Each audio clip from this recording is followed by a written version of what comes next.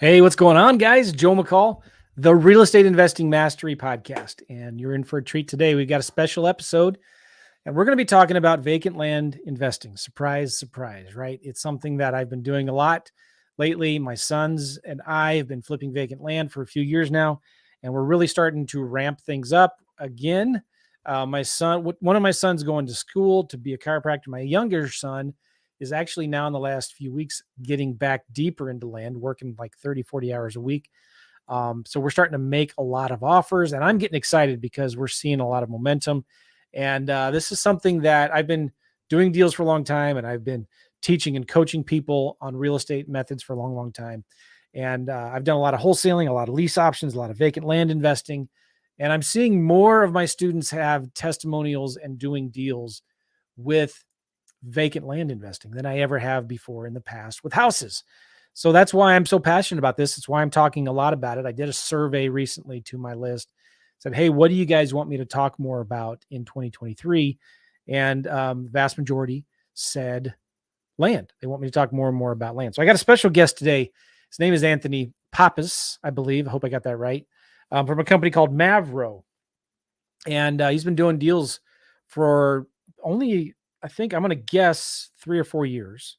We'll ask him here in a second. But since he started, he's grossed over $3 million doing vacant land, which is crazy awesome to hear. And so we're going to be asking him some questions about what he is seeing in the market. The market has been shifting for houses and vacant land in the last year. We're going to ask him what the kind of shifts that he has seen, what's going on, get his opinion on what's going on. So it's going to be a good episode. I'm looking forward to sharing with you a lot of the details here. And if you're watching this on YouTube, if my camera is slow and spotty, my apologies. I'm kind of trying to figure out what's going on here. I might switch cameras while Anthony is talking. We'll see what's going on with that. A couple things real quick. If you are watching this right now on live on YouTube or Facebook, say hi. Say hi in the comments down below. Tell us where you're from. And if you have any questions, please type them in the chat in the comments, because I can show them to Anthony and I can ask him any of your questions. Okay. Like we've got a couple right now already. This is a good question from Joe, and we'll get to this in a minute. What % of market value are you offering after running comps? And Aaron also has a comment here. That's awesome. I'm glad you guys, Joe and Aaron, are here. Keep the comments coming. Excuse me. All right. One more thing. If you want, I got a cool thing I want to give to you for free, and it's my contract. And I've talked about this a lot before. I don't know if you can see it here on the camera, but this is a contract that I'm going to give you for free if you want it at simplelandcontract.com. This is the contract. I know it's hard to see. There you go. All you can see is a red number that says $11,224. This was the contract that me and my sons and I used to tie up a deal and flip it in North Carolina. And we made $11,224 on this deal. And you can actually get this contract for free. It's one of the things that I give away for free. If you go to this website right here, simplelandcontract.com, simplelandcontract.com. And after you go there to get it, there'll be an invitation to watch a class that I did that teaches this land flipping strategy. So go check that out. And it would be really cool. I think you're going to get a lot out of it. So again, go to simplelandcontract.com right now. If you're driving, then wait and go to that site. And if you're wanting to get more information on that and some other links that I have, go to my YouTube channel, subscribe to my YouTube channel, and look at the link in the description below, and we'll get you in on that. Okay. Let's bring on Anthony. Enough of me chatting away. All right. Let me remove that. Let's bring him on. Anthony, how are you? Doing well, Joe. I appreciate the invite. Thanks for being here, man. Of course. Glad you're here. Pronounce your last name. Pappas? Pappas, whatever. Okay. Tomato, cool. tomato. We have a really good barbecue place here in St. Louis called Pappas. Have you heard of it? I have not. Dallas is famous for Pappas barbecue as well. Well, I'm sure our barbecue in St. Louis is not as good as it is in Dallas, but it is still pretty good. And if you're ever in St. Louis, I'll take you there. Cool. Sounds good. I'll take you up on it. All right. Hey, the name of your company is called Mavro, right? Mavro, yeah. You've been doing land for 2.5 years. Mm-hmm. This is pretty cool. Your numbers, and I hope it's okay to share it. Is it? Oh, absolutely. Yeah. Yeah. Your gross revenues last year, $1.56 million, flipping vacant land. Yeah. Yeah. Hot So, diggity dog. All right. yeah, And the year before that, $1.2 million gross correct. revenues, flipping vacant land. Obviously, that's not all profit. You probably spent a lot of money on marketing and overhead and staff and VAs and software and Absolutely. all of that. But those are pretty good numbers. Yeah. Congratulations. Yeah. We ran about a 30, or I ran about a 32% profit margin. So you could Mm. do the number from there, but still not bad years. Very, very good. And by the way, I hope those of you listening caught that. Anthony knows his numbers, right? And I always say this to people: if you don't know your numbers, you don't have a real business. You've got to know Very your true. numbers. It Very true. sounds sexy and cool when you're showing a big check on Instagram for a $20,000 deal that you did. But there's a whole lot more to that story of what you actually get to keep. Number one, there's taxes. And number two, there's all the marketing that you put into the deal, the investors that you still have to pay back out of that deal. But anyway, a discussion for another time. So where do you live, Anthony? Based in Phoenix, Arizona, a small city. Well, not a small city. In Chandler, Arizona is where I live, but Okay. most people know Phoenix. So you mentioned Dallas. Is that where you're from? No, that's the next market I'm looking into. So I've done a Ah, couple trips out there, and we've looked around at some stuff. And I like to get my feet on the ground before going into a new market. And was out there for a Jocko Willink event, and so then spent a few okay. extra days there checking out neighborhoods and seeing which areas were full of developers and which weren't. Well, speaking of barbecue, there's a place down there in the stockyards, and Okay. I forget what it's called. If I ever go down there, I know exactly which corner it's on, but the barbecue there is really, really good. Yeah. But Find that anyway, all name and right. send it my way because I'll be back out there probably next couple months. So Nice. Okay. Hey, by the way, on your end, is my video choppy? it looks pretty. Couple seconds here and there, but it looks pretty good otherwise. Okay. I got to fix something with that. Not a problem. All right. So how did you get into real estate? And just 3 years ago, it sounds like, right? What were you doing before that? I was a journeyman plumber for the last decade and was building multifamily and single family houses for investors. And I started seeing them make a ton of money, and I was confused. I'm like, you show up in a nice truck and then you walk the property and you leave. What do you do? And then they started telling me, well, we put the deals together, we find the deals, we find the funding. And I was like, oh, that seems interesting. Then my fiance got into real estate, read Rich Dad Poor Dad, forced me to read it. I didn't want to read it. I thought it was some guru nonsense. That then light bulb. Had a buddy that was crushing it in single family real estate. Said, hey, how do I get into this game? He's like, how much money do you have? I'm like, not much. I'm a plumber. He's like, well, then you should check out wholesale. Plug me in with Steve Trang. And then it's been snowballing ever since. I lost your audio on my end.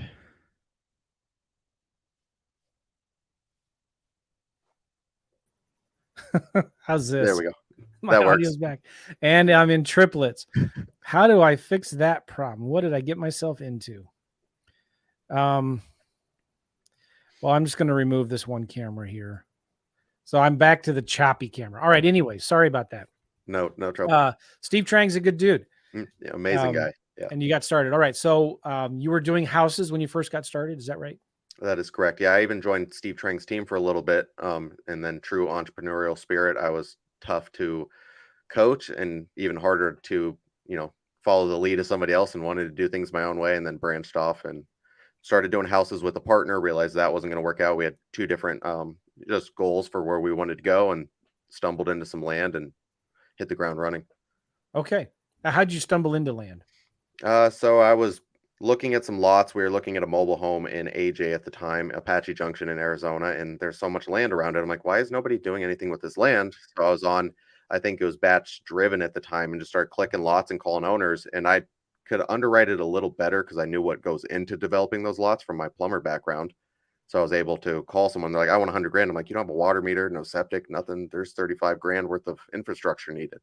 You're the first person to say that. I'm like, well, the numbers don't make sense. I'll buy it at this number. And they said yes. And then builders liked it because I knew the numbers a little better than the average wholesaler. Okay. So that's interesting. You came from it with a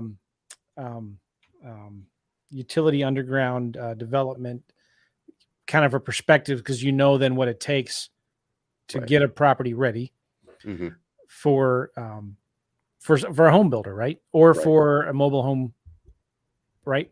Yeah, for a mobile home or for single family builders, I had that background that kind of gave me the insight to what they're going to need to get that, ready and buildable. All right, good. Hey, real quick, Content House, you say here you have a question. Well, ask away. Type the questions in the YouTube chat. Thank you. Aaron can hear us. Aaron's got a question about wholesaling or owner finance. So we'll ask that question here in a minute. And Ed says, Ed and Laurel, bring on 2023. Cool. We got another question from Facebook user.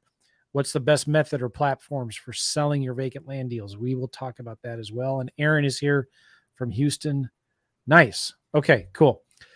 So you started doing land, but were you doing land as the traditional way that most land investors get started, where you're buying cheap recreational land and you're wholesaling it to, people who want to go hunting and camping and stuff like that?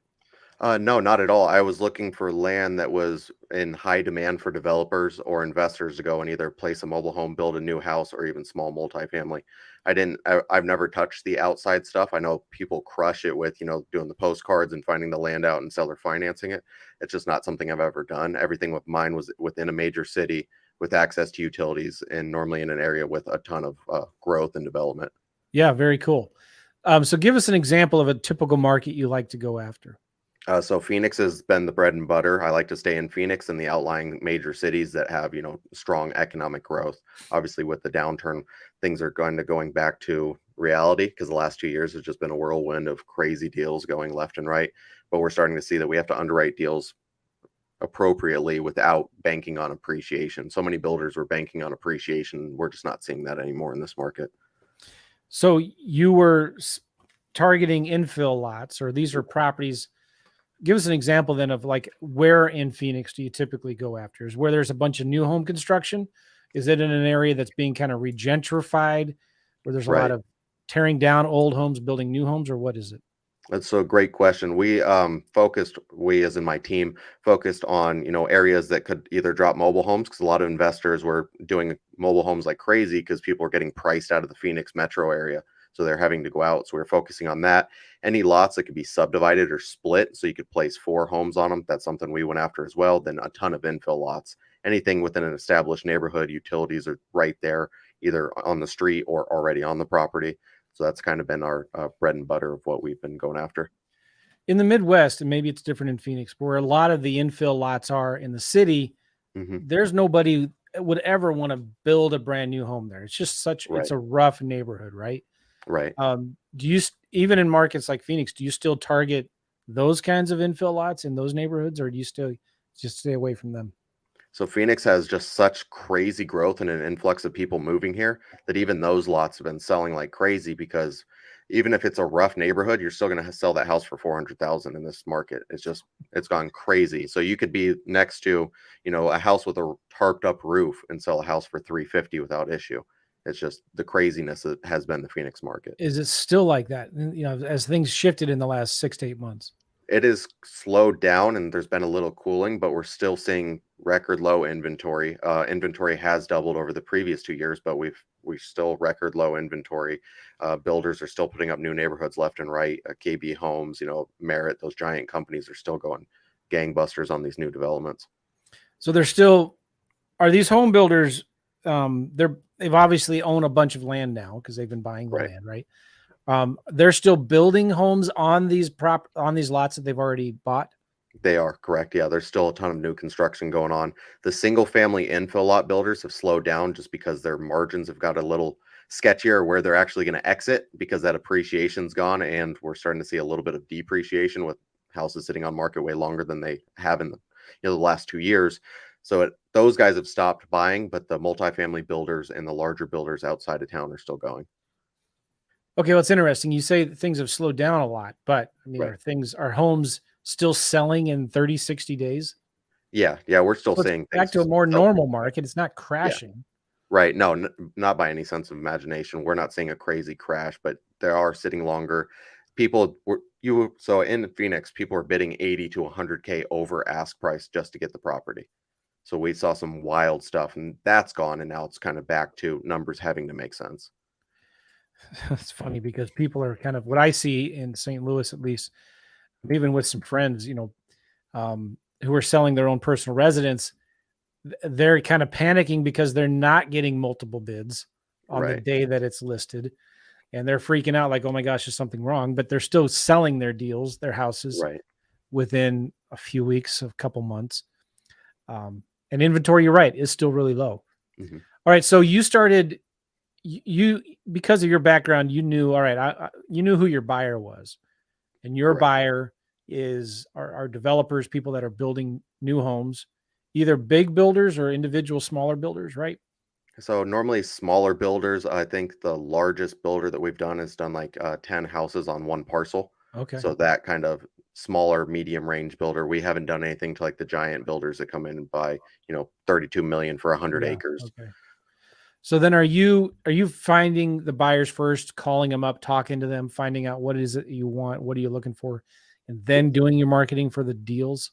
That is correct. Yeah, I flipped it and started working backwards instead of finding the deal first and trying to blast out to a buyer's list. I went and found, I try to find 3 to 5 buyers in the immediate area, and that's how I kind of judge the strength of an area and whether it's worth us going into. And if I can find 3 to 5, then I'll reach out to all of them and say, "Hey, are you still looking to buy more? What are you thinking of the market? How much depreciation are you factoring in with your numbers? And how can I see this through your eyes? I don't want to send you a bad deal." How do you find those home builders? Google, driving. That's why I like to go visit lots. I'll go, it's like in Phoenix, I know all the neighborhoods and I'll go drive them frequently because most builders will put a sign in the front yard saying such and such custom homes is building. So that's how we built a good buyers list, driving neighborhoods, finding, properties going up and adding them. So you're not looking for the neighborhoods at Pulte or whoever the big home builder is in Phoenix. You're not looking for them. You're looking Right. for the smaller home builders who's building 10 lots or so. Right. Yeah, we also have some like builder associations out here you can join. You can also look at Facebook groups and stuff like that. But Google's been great. You could Google, custom home builder in my neighbor or area, whatever city you're in, and then go down the list and just cold call them and say, "Hey, are you still buying? What are you looking for? This is what I do. I wholesale, and I'm not going to send you a bad deal. I just need some answers or questions answered. So I send you good deals like how do you underwrite? What's your price per square foot to build? What utilities are deal breaker if they're not there and stuff of that nature." Okay. All right.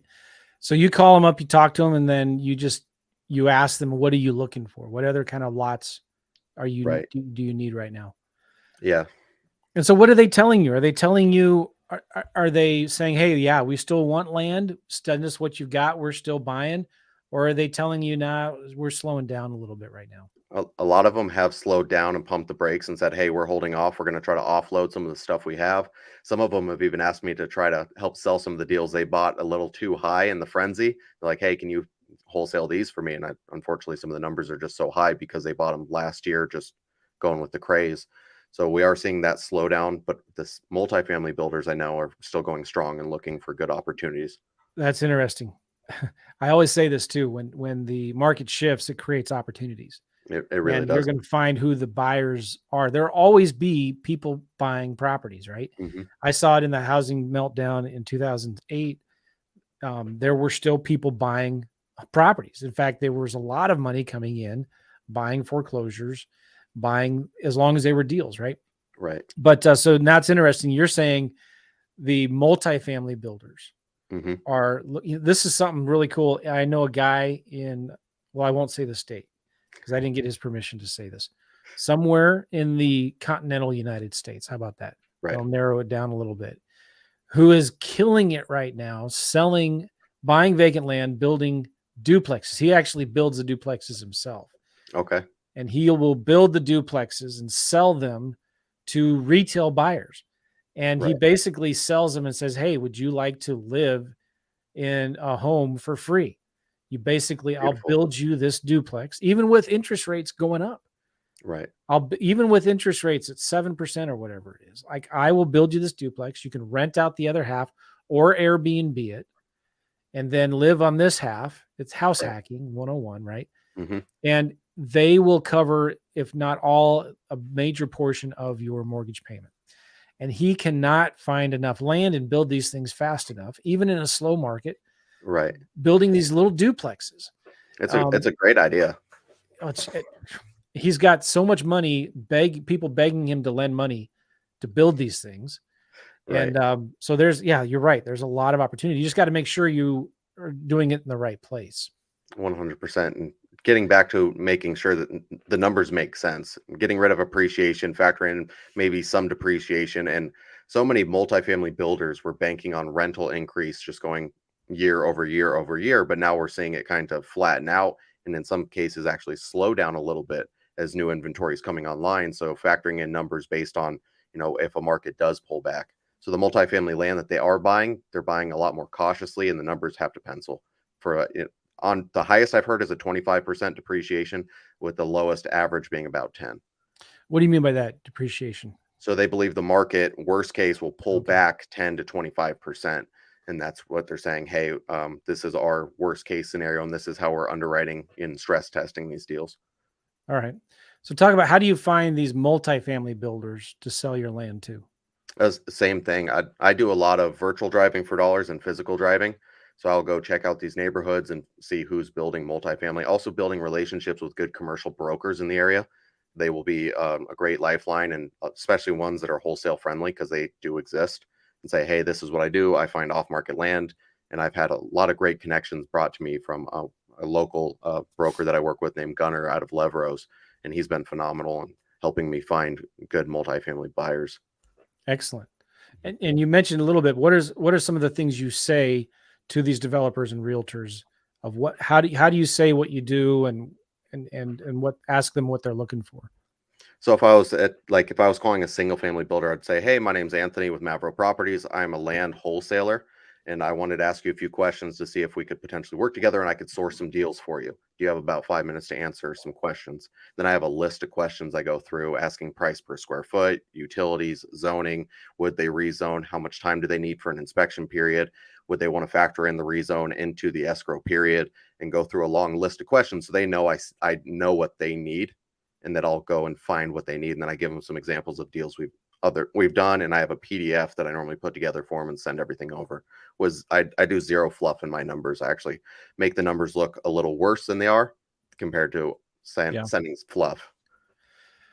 All right. So are you doing any kind of rezoning yourself? Are you doing any kind of development yourself, or entitlements, or whatever they're called? Yeah, I did a partial rezone, I call it, last year. At the end of the year, I took a lot that was zoned R43, which means one residential home per acre.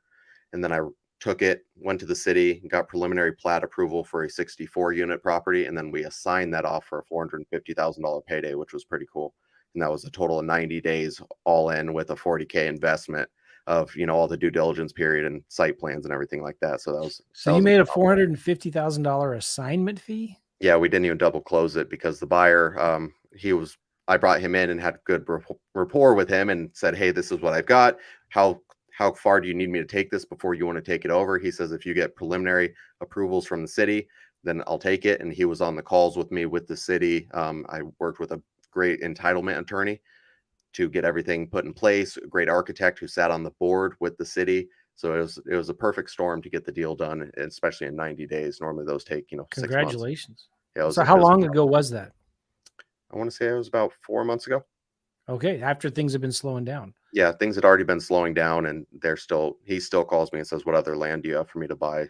Anything else that we can rezone? Now, somebody new listening to this is going to be completely overwhelmed when they're hearing you talk about what you just did. Right. But sounds like you got some help. You didn't have to know how to do it all. Who did you get to help you?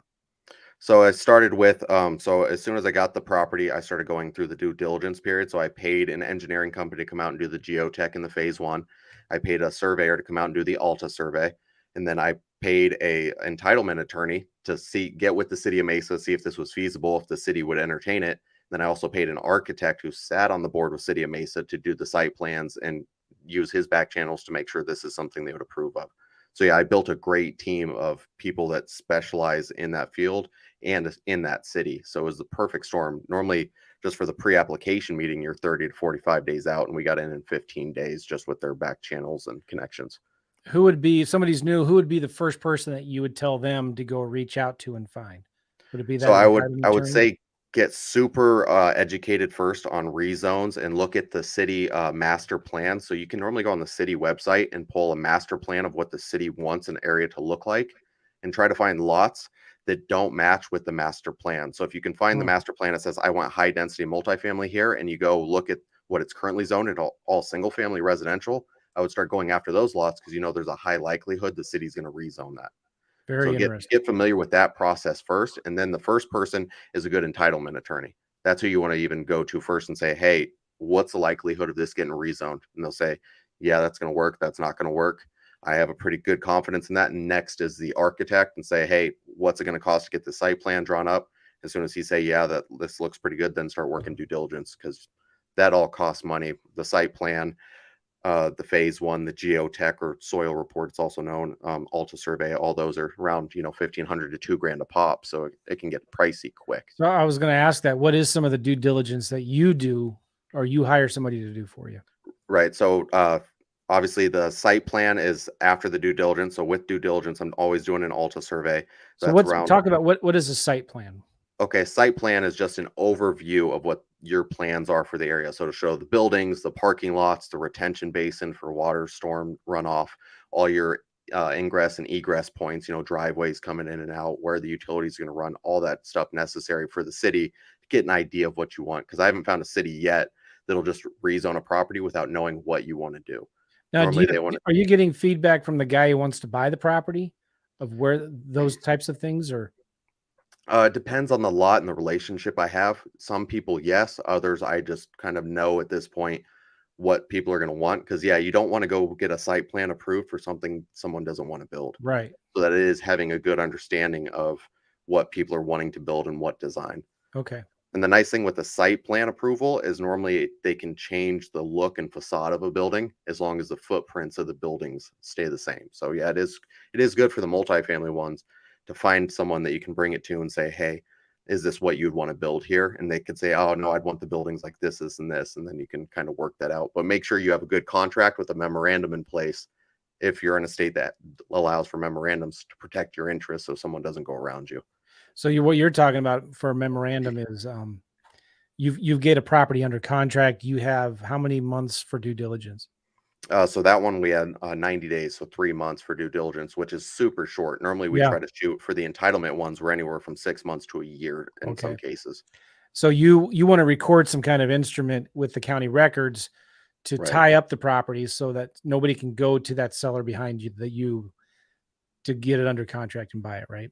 Absolutely. And that actually happened. So I had shopped it to about 4 or 5 buyers, and one of them that I didn't have as good of relationships, I still can't put my finger on who, tried to go around, and the seller tried to back out of the deal saying, hey, I got somebody else that's offering me more. I'm canceling this contract. I'm like, unfortunately, that's not how this works. Yeah. So were you able to keep that deal then? Yeah, that's a $450,000 deal. So yeah, it was, Oh, so that's yeah. the one. All right. Yeah, so and I at that point I already had close to 40 grand because I had the Alta, which was 1,800. The phase one was, I believe, 1,600. The geotech was 2,500. The site plan was roughly 25 grand with the rush for the architect to get it done in time. And then I also had the entitlement attorney fees. So I was already close to 40 grand in the hole. And I said, there's no way I'm walking away from this deal this deep. And thankfully I had the memorandum, and in my contract it allows for specific performance, which means you can basically force the sale if the seller were to try to back out. Nice. Yeah. Aaron is commenting here. It's called clouding the title. Correct. Right. That is Very correct. good. All right. So you put a lot of money and time into due diligence to make sure that you can put a multifamily apartment building, one or two buildings there with enough room for parking, Right. underground utilities, entrance into parking lots and exits out into the streets. There may have to be some at least preliminary design on like stoplights or traffic, Right. things like that. There's a lot that goes into that. There really is. It's Yes. crazy. Every time I do one, I learn something new, and it's Do you get always good. do you get a little nervous? Like, man, I'm putting a lot of money into this thing. I don't even know if it's going to be approved by the city or not. What if this buyer backs out? How do you do that? So the nice thing is I was so confident because this is a hard corner, meaning it's on the corner intersection of two major roads in a Okay. city that's rapidly growing like Mesa. Worst case scenario, I had it so deep at 400,000 that it, even if they cut the density down, it still made sense. And I even went and got financing lined up. Should a buyer back out, I was going to personally close on it, take it fully through the entitlement process, and then the exit would have been probably double of what I assigned it for. Somebody may be wondering, why don't you just sell the lot as is to that builder? Why do you have to go through all that work of getting it approved with the city? Right, because the builder was offering, 450 to 500,000 with as it is, because they were going to have to, inherit that risk. they're like, yeah, everything looks good and the city should be on board until they're not. Because there's been a lot of deals out here that have to go through like a city council rezone, and the city council will shut it down last minute, and then they're out of pocket, 40 to 100 grand in rezone and entitlement, and now they have a lot they can't use for their desired use. Yeah. So you're taking on some of that risk, Right. hence why you can make 450 grand as an assignment fee Yeah. on a vacant lot. Wow. Um, okay. So somebody listening to this, I'm always thinking about, okay, somebody listening to this is kind of a new investor. They've done a few vacant land deals, 5-acre lots out in the country, and they're Right. thinking they're seeing the bigger numbers on these infill lots, and they find a deal like this. There's always a question like, dang, what do I offer? Even Right. sometimes when we're targeting rural markets, Hmm. we'll get somebody that will call on a letter that owns a 2.6 acre lot at an intersection across the street from a Home Depot in a Right. small town, right? Hmm. Um, what would you tell them? Like, how do they find somebody like you to bring the deal to and say, hey, can we partner on this? Do they call some local realtors? What do you suggest? So I can't speak too much to the rural lots. I don't want to overstep my area of expertise because I normally focus on stuff in the major city. And the way I look at it is what can be built on the lot, and then I'll start reverse engineering numbers from there. But if you did find a 2-acre lot across from a Home Depot or something, that would be something definitely there should be some potential there. And then I would get with the city. So the city's planning and zoning departments or planning and develop departments, they're going to be your best friend Yeah. and say, hey, what can be built here? Because the way I look at lots is the value of the lots based on what can be built. So then I start to figure out from there, but get with the planning and zoning. Can we rezone this? What kind of density could I get? Could I change this to commercial? Because anytime you can go from residential to commercial, you're increasing value, Yeah. because that'll just make it way more appealing to a broader range of people. So anything that you can do like that, and then also reaching out to builders in the area and say, hey, what are you guys looking for and how can I be an asset? Wow. Okay. Very cool. Now you've got a buyer in place. You know what he or she wants or what the company wants. And how do you go about finding the deals? What are you doing to contact the owners of the property, et cetera? So I'm pretty old school. I still do virtual driving for dollars. The entire team has. I taught the team how to virtually drive for dollars, which means we pull up a map of the city, we zoom in, and we go vacant lot to vacant lot, and then cold call them. We use batch leads for it. We'll go on to batch, pull So it. you're not doing this is really important. I've never liked virtual driving for dollars when you're using Google Street View, Right. right? Because some of those maps are 1 or 2 years old, and you Hmm. may find they just haven't mowed the grass in a few months. Right. So but you're looking at satellite Hmm.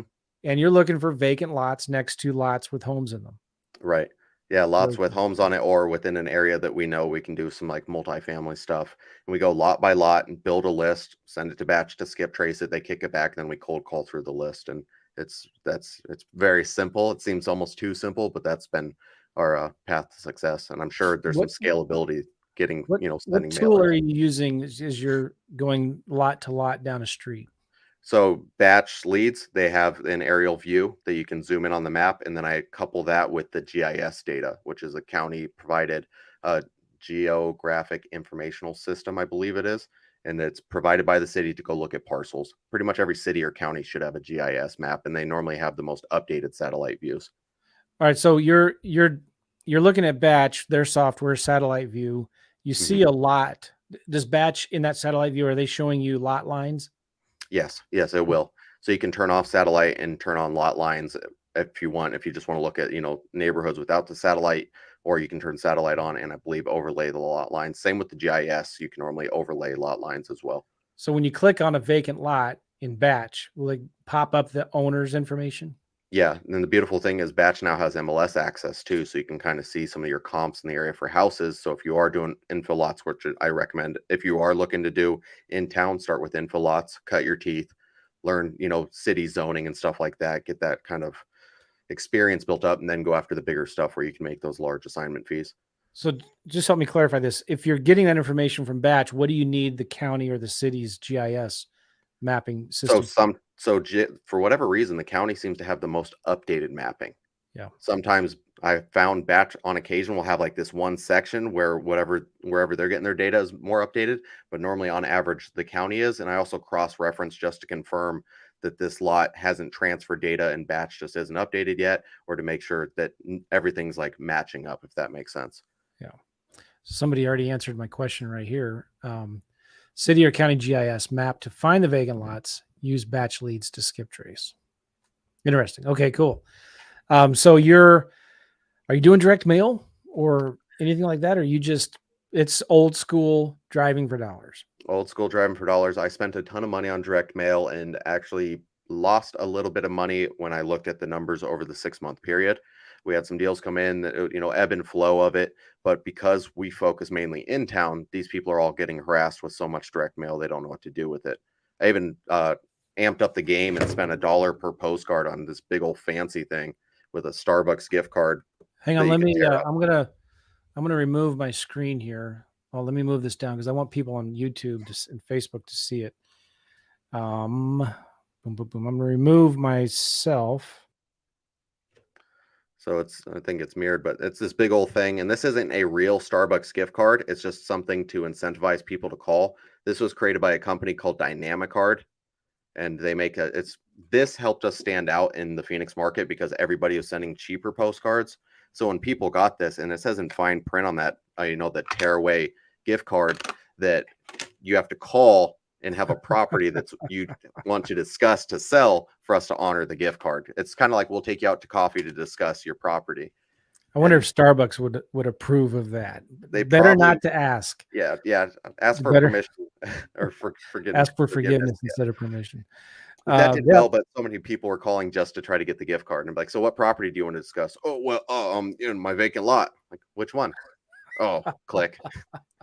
But yeah, for whatever reason, direct mail just didn't really work for us. So we stuck with what's been doing the numbers. interesting. That's been virtual driving for dollars and cold calling. Wow. So are you with you and your marketing?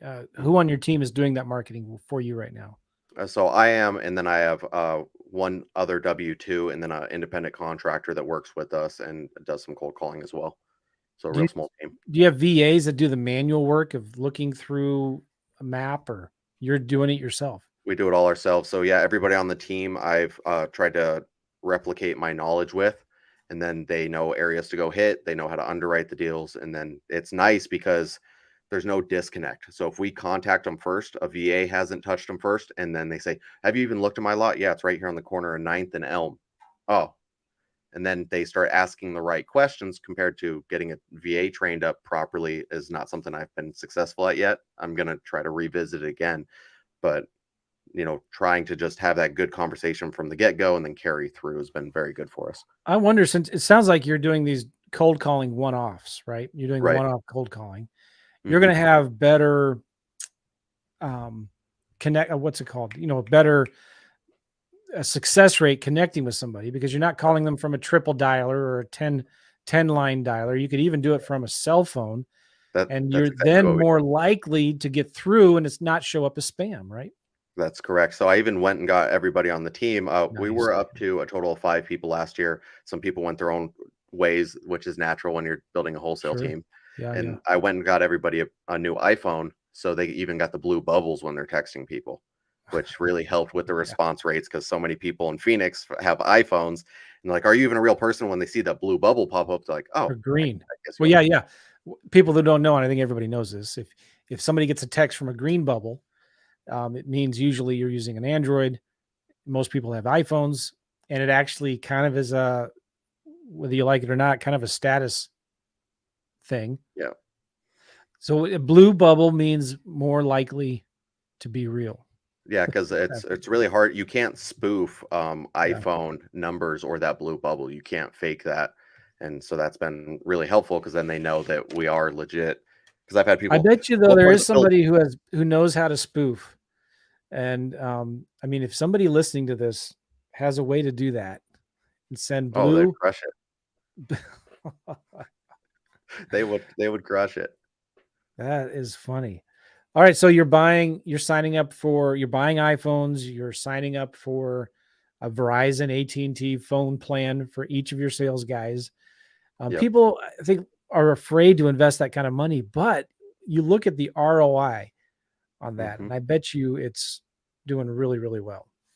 Oh yeah, we Um, went from like a 30% answer rate to, a 65, 70 in best case, just because people it popped up the caller ID. If they texted it, showed the blue bubble, and if they left a voicemail, all the voicemails were done by each member of the team saying who they are and who they're with. yeah, Like I really tried to treat it like a real company.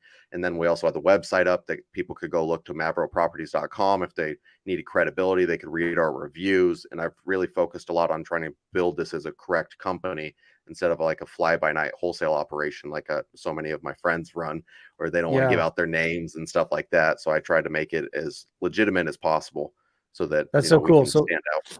what do you put on the caller ID? Do you put the name of the salesperson on the caller ID or the Yeah, name so of on the the phones, company? yeah, so it said, so it'd normally say their first name and then Mavro under it.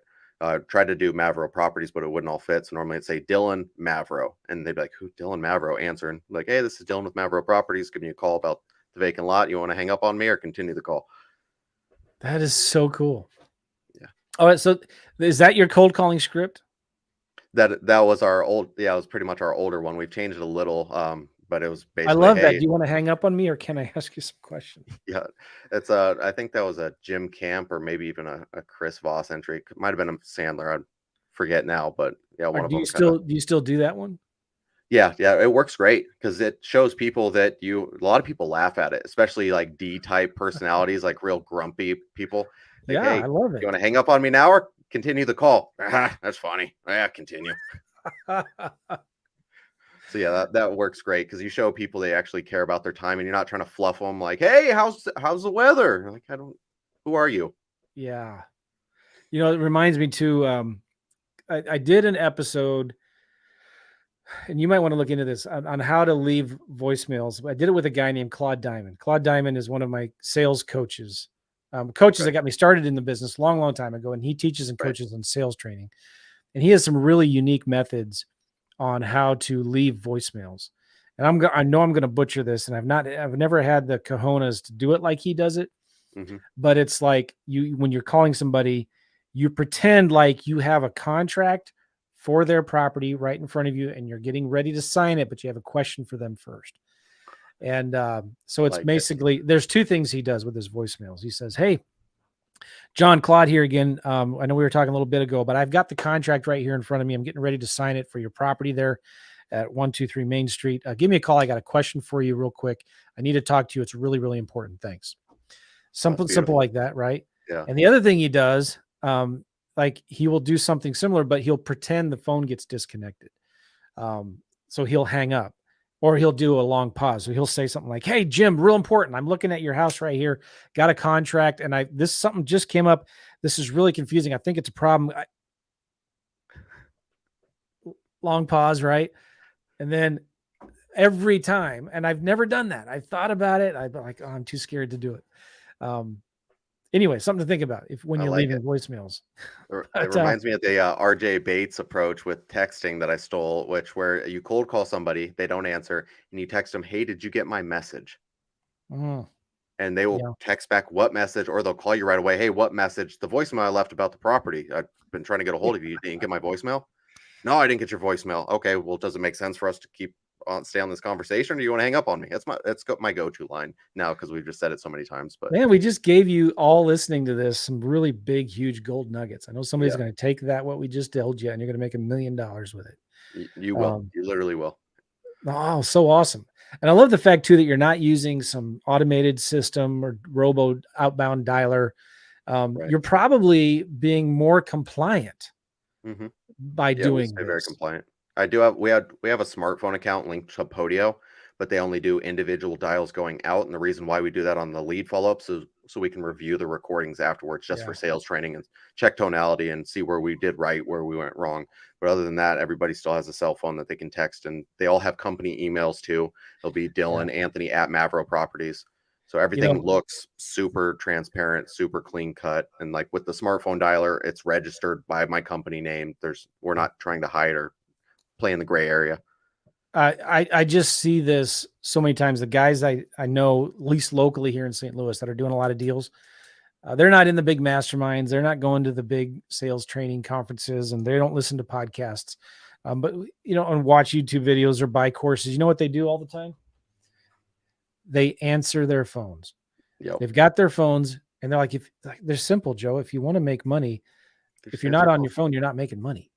So when somebody calls on a letter, a postcard, a bandit sign, answer the phone. Don't send it to voicemail. Answer the phone and give them your cell phone number. Put your cell phone number on the bandit signs. Put your cell phone number on the postcards, on the letters, because who answers phones anymore these days? And then if it goes to voicemail and you call them back, who answers those calls? Never. Right. So this is really important. This my little favorite thing right here. Right? I have a fun story about that. Answering your phone. A lady called me. She was, it was a mobile home that burnt down. She called me at midnight. And I answered, and she's like, I can't believe you just answered. I said, yeah, all of our company lines are forwarded directly to my cell in case of an emergency. Is there an emergency? What's going on? She's like, no, I just got your postcard and it's been sitting there, and I figured I was going to call and leave a voicemail, but here you are. I'm like, so tell me what's going on. Went out and met her the next day. I know another guy who does direct mail, and he says on there, call or text or 24-hour recorded voicemail, but they still have people answer that live. Nobody's ever complained about it, he says. He does tons and tons of deals, but the point of it is you're going to get more calls if they think that it's going to go to voicemail. Right. Just answer the phones. All right. So interesting. This is very cool. So just kind of wrapping this up now, you're targeting infill lots in major cities. Right. You're finding where the demand is, right? You're talking to the builders or the buyers, finding out what do they want. What do I need to do to bring you a deal that you're going to be interested in? And if it's in Arizona, major Texas cities, San Antonio, Dallas, Fort Worth, Houston, and also trying to get my feet wet in Florida, anywhere that has good population growth year over year with good influx of just jobs, companies, and people, then I'll definitely look at it. And I'm trying to even move into the development field now, building a 10 unit here in Phoenix that's going through finalizing up some of the plans with the city, and then we're going to go vertical. So my goal is to start building a lot more. But yeah, I'd love to help anybody in any of those markets. We can look at underwrite deals. Even if I just help underwrite and say this is my opinion on it, I'm more than happy to do that as well. Yeah, and I'll give you everybody your contact info here. In fact, let me just do it right now. If you're still watching and listening, which you should be, why aren't you not? And I know you're listening. I have my ways. I have my ways. I know that you're listening. But on Instagram, it's at @AD_Pappas. AD is in, what does the D stand for? Dog, Daniel, David, Anthony David, _ that's that little underscore line, Pappas, Pappas. And cool. And in fact, if you send me, Anthony, an email address or whatever, I'll make sure I put it in the YouTube video description down below, or a website. Do you have a website you want to give?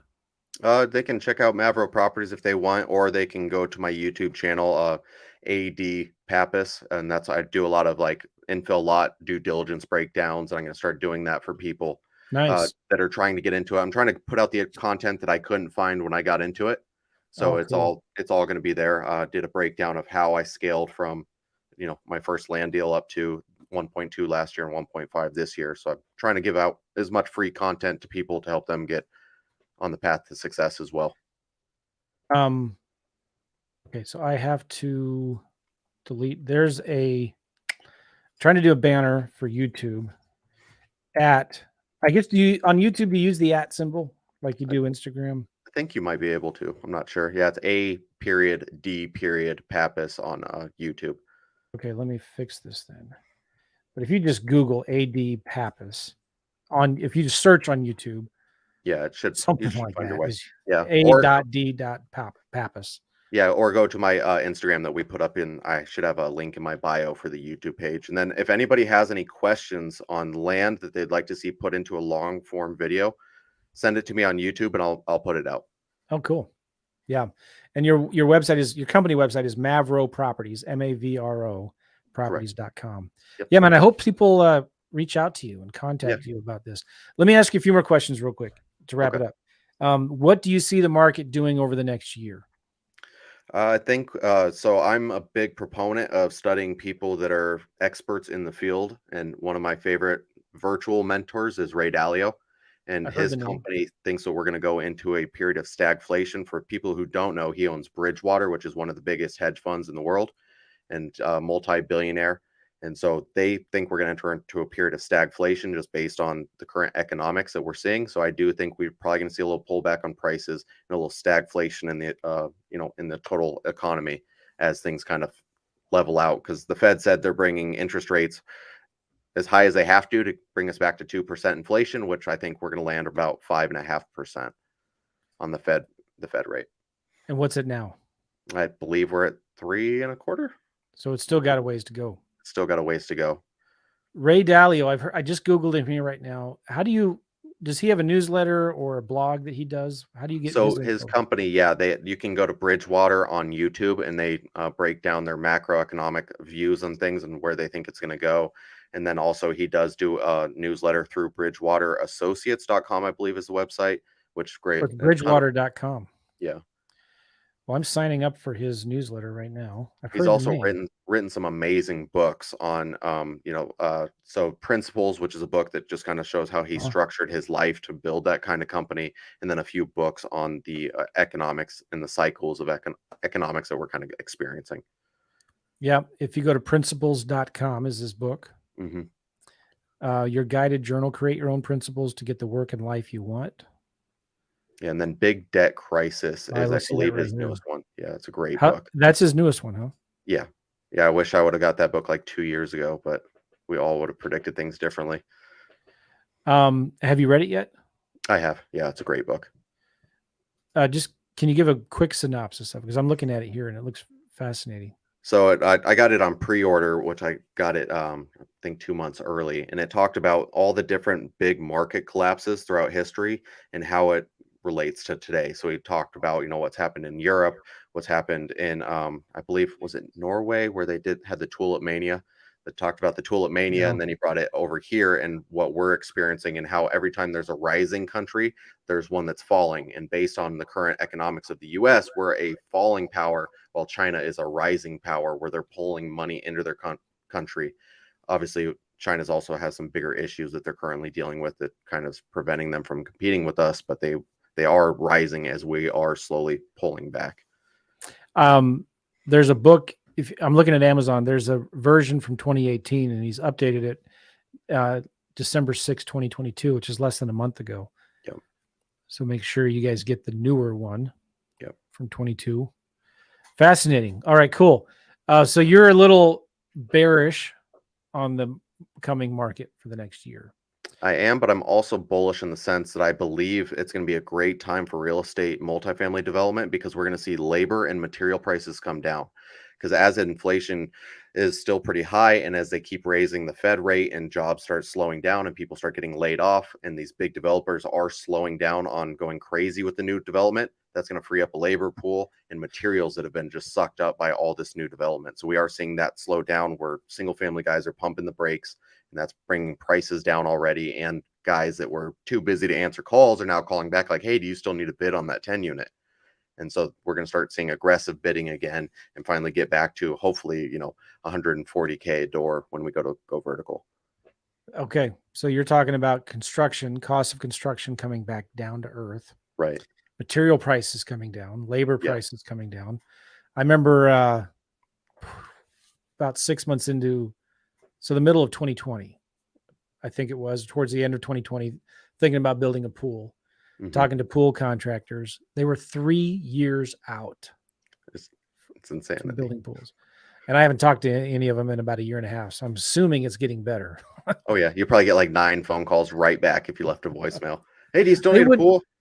I couldn't even get them to return my call. I told some guys, like, listen, I'll pay you to come and give me some advice and design something for me. But yeah, so hopefully that's not good for contractors, but I'm saying for consumers and builders. All right. So then things are slowing down.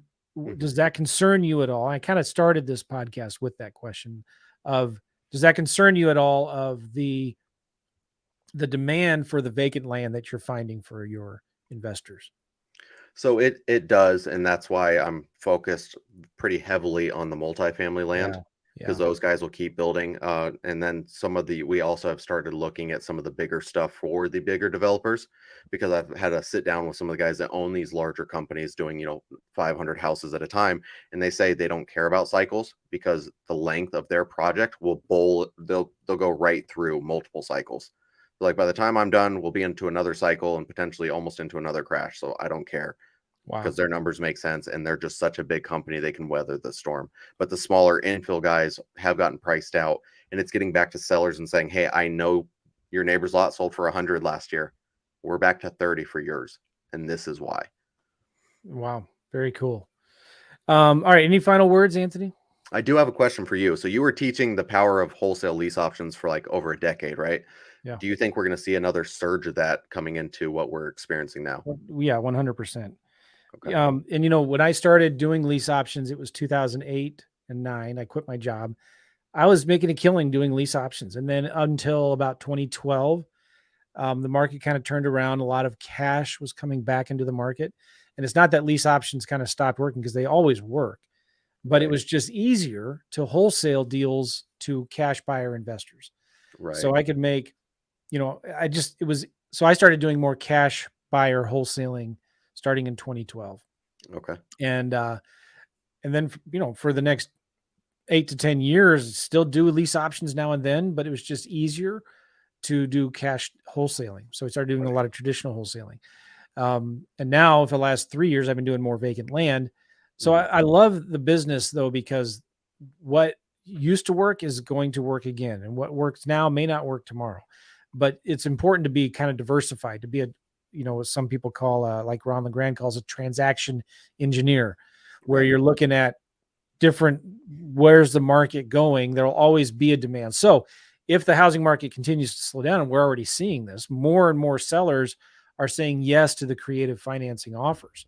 Right. And I'm hearing this from students as well. Like, hey man, I got realtors now calling me saying, hey, remember that lease option offer you made 6 months ago? Seller, my client would consider that again now, or would consider that now. So there will always be motivated sellers. Mhm. Creative financing deals work better, whether it's lease options or owner financing or subject tos. Those creative financing deals always work better in a buyer's market, Right. right? So I do see that coming back. And I think wholesaling lease options are a really good strategy on a down market because you don't want to be caught holding a property for Right. 2 or 3 years, right? I would rather be in and out. The last thing I want to do is own a bunch of properties that are declining in value, Mhm. that have very little equity. Um, Even though it cash flows, you've got to have equity and cash flow. Right. So if the deal doesn't have really good equity, just wholesale it, get it Mhm. under contract to lease option it, and then sell that to a tenant buyer. I think you're going to find it easier as the year 2023 progresses Right. to do lease options. I still don't think we're at a place where it's going to be as easy to do wholesaling lease options as it was in 2009, Right. 10, 11, right? So yeah, that's my prognosis. Right. That Um, cool. Well, any final words then, or another question? Uh, uh, that was my major one because I was looking through, Okay. old videos and like where are we headed, and I like to look to the past to see where we're going. And you've got some amazing videos touching on that subject over a decade ago. So it's if people haven't gone back to those videos, they need to because I feel like it's gonna be a very powerful tool. I need to. I mean, I was having students back then that were making a killing. I mean, not making a killing, making decent money, Right. um, doing lease assignments instead Hmm. of lease option assignments. They were doing lease, so they would give the seller or landlord an option to lease their property, an Right. option to lease it, and then selling that lease or assigning that lease to a tenant for a 1 month's fee. It's beautiful. You're only going to make $1,000 to $2,000 on each of those, Right. but you can do them really quickly. And we had students that at the time, and I see this maybe coming even back. We'll see, Hmm. where they were making 5 to 10 grand a month just doing leases like that. If that makes sense. And that's 5 to 10 grand while other people are struggling. That's huge. Yeah, yeah, exactly. I remember so clearly those days back in 09 and 010, realtors were hemorrhaging cash with whatever cash they had left. They were desperate for making money because what used to work didn't work anymore. Right. And I coached a lot of realtors on doing lease options back in 2009, 10, and 11. Right. And some of these guys, they were top producing agents doing lease option deals. It's crazy, you know? So we'll see where it goes. You know, I always I think this is important for everybody to understand listening to this. We don't create the market. We don't create demand. You need to go find where the demand is, where the cheese moved to. Who knows? Maybe short sales are going to come back. Maybe not. Maybe I like what you're doing with multifamilies and land. You should look at as you build some capital, you've now got a track record, find some investors, private money, and start building duplexes. Yeah. Like that's, and if you can find the areas in the country where Airbnbs are more accepted and allowed, maybe Florida, maybe parts of like that. What's that area in Tennessee where there's Nashville. Well, Nashville's a hot market, but there's that area in Tennessee where there's a lot of vacation homes. Okay. Like in the mountains. I forget, but anyway, somebody knows what I'm talking about, like where Airbnbs are more allowed. Okay.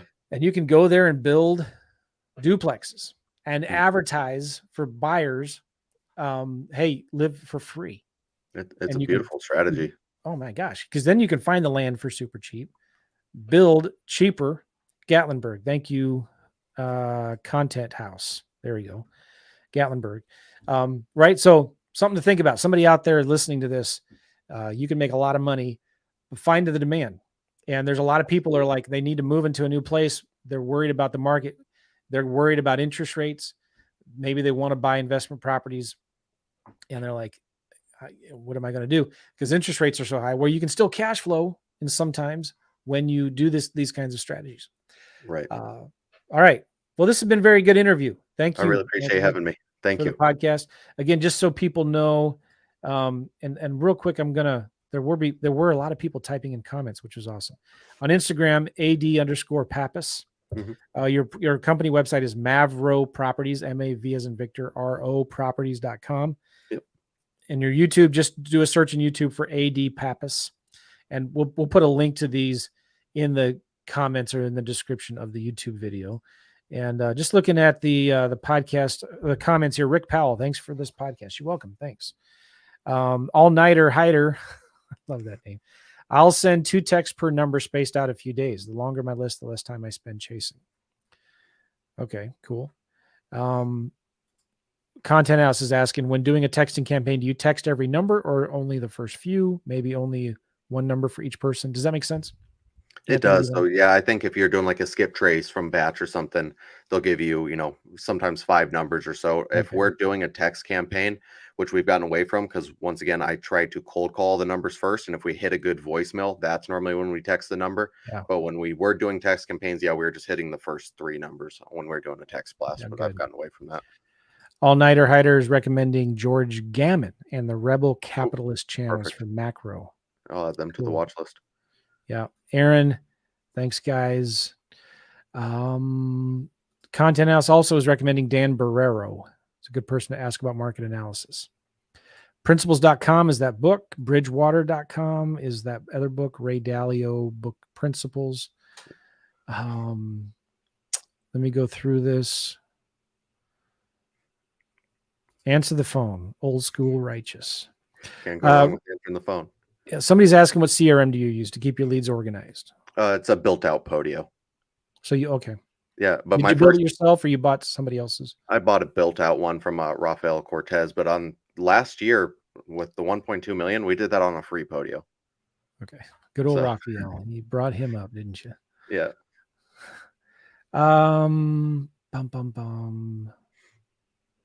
Traffic engineering firms tend to get info early in the process too. It's interesting. Yeah.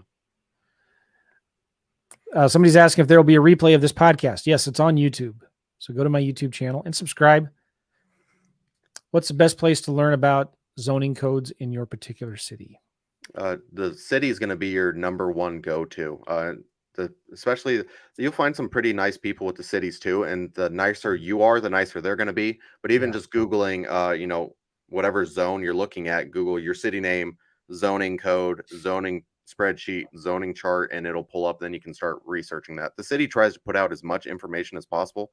They want to incentivize development. They want you to build in their city because they make a ton of money with all the fees and stuff like that. So all of it's available normally on city sites. I had a student who would do this a lot with property management companies and the county records departments and court records. You bring in donuts. You'd bring in donuts and just say, "Hey, I got some questions. I wonder if you can help me here." Yeah, they're great people to work with, and they're people doing a job. So it's a great place to start. Yeah. Brilliant content, guys. Fire from Joey Legends. Josh Brown, I know you. What's going on? And you know this guy, Brandon Simmons. I do. Good dude. Pappas is a stud. Thank you. I saw a couple of people answer this question. Oh, Sheila from LinkedIn. Actually, somebody from LinkedIn is watching this video. How about that? It's actually working. I didn't know anybody knew me in LinkedIn. So, hey, LinkedIn people like Sheila. Hey, Sheila. This is a beautiful thing about the way Anthony does this. How does he sell his properties? With a phone call. 100%. You don't advertise these things. You don't need to, right? Every now and again, one will be a little tough to move and it'll end up on a blast list, but majority of the deals go to. In Phoenix, I had about seven builders that were my go-to builders. So it's just picking up the phone, getting on Google first, finding builders in that area, and even better if you can go drive the area and you see a couple new builds going up. They're gonna put a sign out front. They advertise who they are and call them, say, "Hey, would you be interested in another property right here?" I wonder if you could call realtors who list those new builds. Oh, I'm sure. Ask them, "Hey, could you? Maybe I can send some new listings to you if you can help me with this." Right. Or send new listings to your client so they can use you again to list their other properties. Another strategy that works pretty well is it's got to be in your contract. Make sure you're following all local laws and regulations, is advertising on the MLS. So if you have it in your contract, like in Phoenix, it says, I have the ability to advertise on the MLS, all and blah, blah, blah, all the legal mumbo jumbo, and we're allowed to put properties on market. And we've sold some in like the nicer luxury areas by doing that. So you get with a good agent that understands how to market wholesale properties on the MLS, and then make sure your contract allows you to do it first and foremost, and then you can do that and sell some properties that way as well. Nice. Question here. I apologize for getting to these questions late, guys, and thanks for your time, Anthony. You're being gracious here, going long. Of course. Do you wholesale and owner finance any of your deals, or are you selling them all for cash? I have only owner financed one, and that was for a development play. And so I assigned it to his company. I made my profit off the front end, but left $50K trapped in the deal as owner finance, which was a pretty cool deal, but that's the only one I've ever owner financed. Okay. Joe asks a question. What percent to market value are you offering after running comps in this market? So I guess you can answer that, and I'll give my answer for how I'm doing it too. But yours is a little different. Talk about that. Yeah, so for infill lots, which will be the easiest and shortest one to answer, for infill lots, I'm taking a comp in that neighborhood, removing 10% of the value right away, and then I'm normally trying to lock it up for 10 to 15% of that, and it should sell for 17 to 20%. And that's kind of how we're running numbers now, and that's if all utilities are in place. So we're back that track a little bit. So you're finding what the price of the house sold for. Right. And so you're figuring then the land is worth about 10% of that house. But that's after. So if the house currently today, for easy math, is worth 100,000, we're taking 10% right off the top of that number, so 90,000. So then I'd try to go lock that property up for 9,000. That's how we're kind of running numbers right now. But if there's no utilities and stuff like that, then you have to kind of factor in those costs as well. Or if it's a fill lot or a cut lot where they have to bring on dirt or take dirt away, if you got to remove trees, all that has to be factored in. But yeah, on average, 10% to 15%. Yeah. And this goes back to our LinkedIn Sheila question of selling your properties. It's following the demand. And I talk about this in my program, and I've also interviewed people who do this a lot. It's so easy these days to go in and find in the last 30, 60, 90 days, where are all these people buying vacant land? Right. And go into those subdivisions, into those zip codes, and market to those landowners in those areas. And then you can go see who those people were from public records, right? And you can sell it to them. And then the other question, back to what percent offering. The cool thing about going to see where the demand is, right? You can see what they're paying for their properties. Absolutely. And Yep. as the market slows down, guess what? That number goes down as Mhm. well. So I'm always at 25% of what I think I could sell the property for today. Right. So if I think I can sell the property for 10 grand, because I've seen in the last 30 days, 60 days, that's what people are buying them for. I'm Mhm. going to offer 25% of that. Okay, cool. Thank you, gents. I'll come back and listen to the replay when I'm less busy. Is this being recorded? Yes, it's Donna. It is on my YouTube channel. Go to YouTube, do a search for Joe McCall, find it. Facebook user, great info. Thank you. Very helpful. Ramon, do you JV on land deals if I find an interested seller? Yeah, we talked about that. Go look up Anthony's contact info on Instagram and YouTube. Yep. Love to JV on deals. Yeah. Cool. Learn your money. Thanks, guys. You're welcome. Hey, great podcast. Appreciate it, Anthony. And again, YouTube, just do a search for AD Pappas. Company website is Mavro Properties on Instagram. Are you active on Instagram? Yeah. That's normally if you get a hold of me on Instagram, I try to get through all messages within a day or two. Try to be as active as possible on Instagram. Do not message me on Instagram, anybody ever, because you'll never see a response from me on that. All right.